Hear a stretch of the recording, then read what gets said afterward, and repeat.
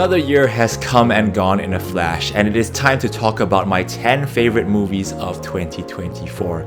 As usual, if you want to skip ahead to those rankings, you can jump to this timestamp in the video. But before that, I wanted to spend some time reiterating my appreciation to you. Whether this is your first time watching or you have followed these recaps for the past 5 to 6 years, I am eternally grateful for your viewership. So thank you for the year that was.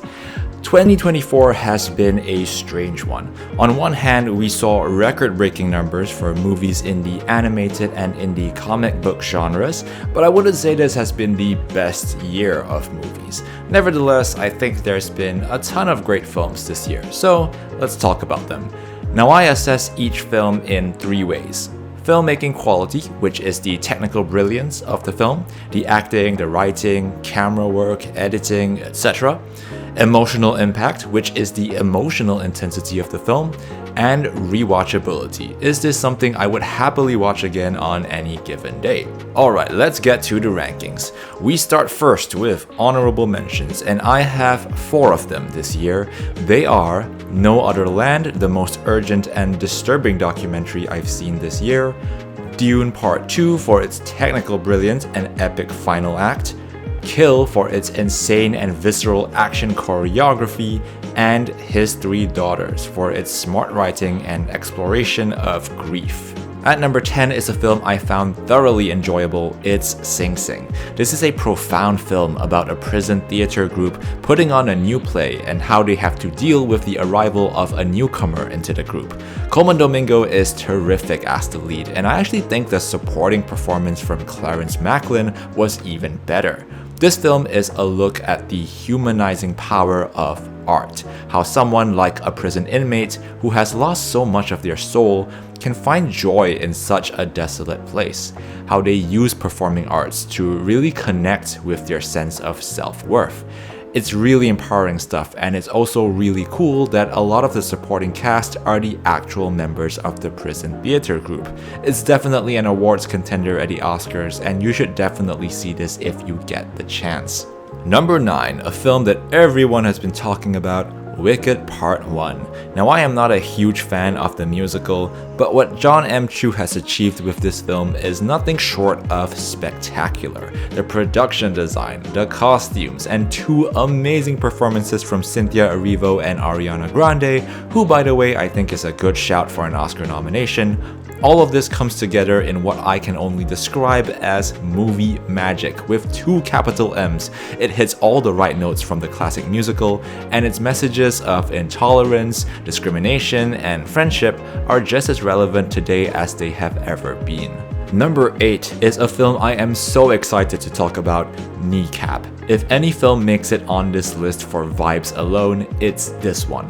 The origin story of Irish rap group Kneecap, where the main characters are played by the actual group members themselves, something like an 8 Mile type of movie. This film has this infectious energy about it that makes it such a charming watch, and that's despite all the swearing and violence and drugs and lots of other degenerate behavior. The film is more than that though. It ultimately is a film about the preservation of culture, of language, and the movement against those who try to suppress it. A thoroughly entertaining film, especially for those of you not familiar with the Irish language. From the unholiest film on the list to the holiest. Kind of.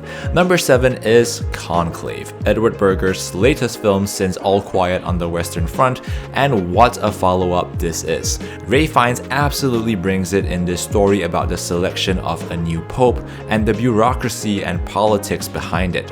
This is a masterclass in writing, peeling back the curtain to reveal just how dark and selfish the thoughts of men are, even the public figures that are supposed to be the most well-respected. The cinematography definitely deserves a shout out too, a beautifully composed film with lots of rich colors, especially the reds. A must watch in my personal opinion. Speaking of people with dark thoughts, number 6 on my list is the sequel to one of the best films of the 2010s, Inside Out 2. Is it as good as the first Inside Out? No, but the fact that it's on this list is a testament to its immense quality.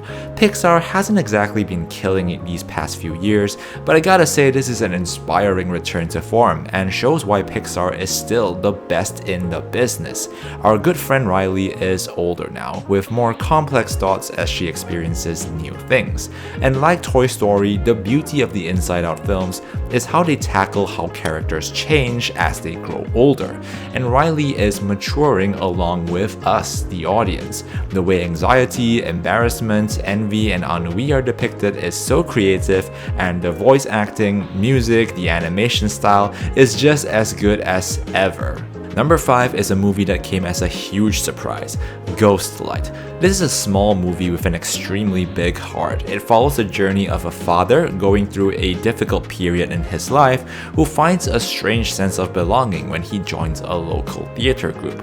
Much like Sing Sing, this is a film about the healing power of the arts, but here it feels so personal and intimate, especially because our protagonist, played by Keep Cooper, is joined by his actual daughter and wife in real life, and you can really see the chemistry this family of actors have with each other. It's a remarkable film that'll really bring a tear to your eye and was just an incredibly cathartic experience for me.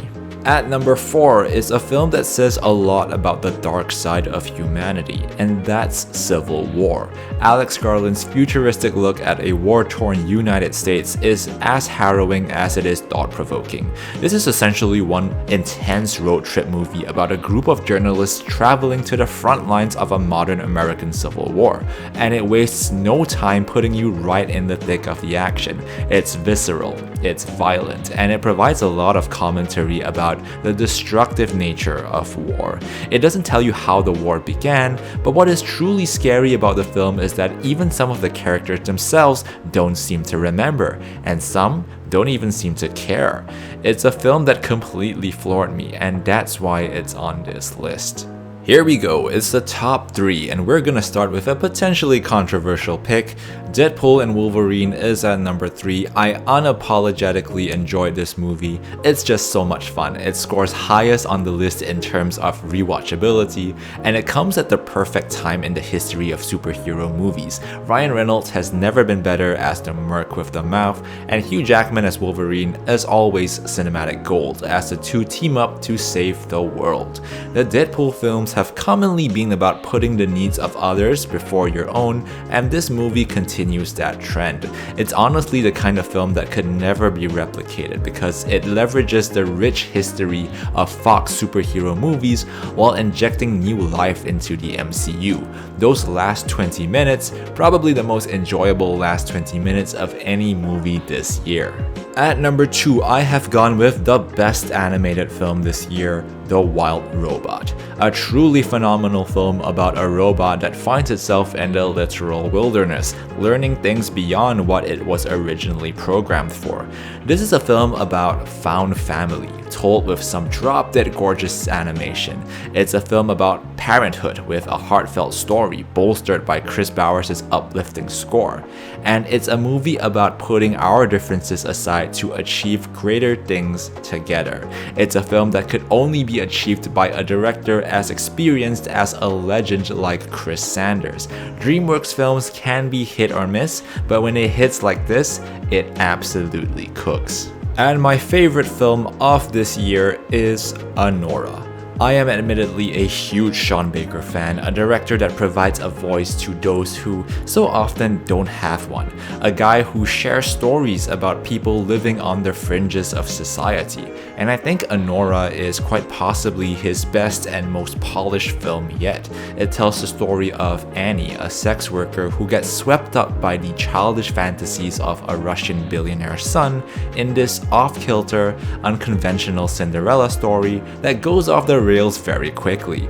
It takes advantage of some classic character tropes like the noble Prince Charming or the rough gangster, and it flips these stereotypes on their heads in very refreshing ways. It says a lot about affection and how different people show it, sometimes in ways that shows how broken their perspectives are. It's provocative, it's chaotic, it's very funny, but it's also unexpectedly endearing and sometimes sad.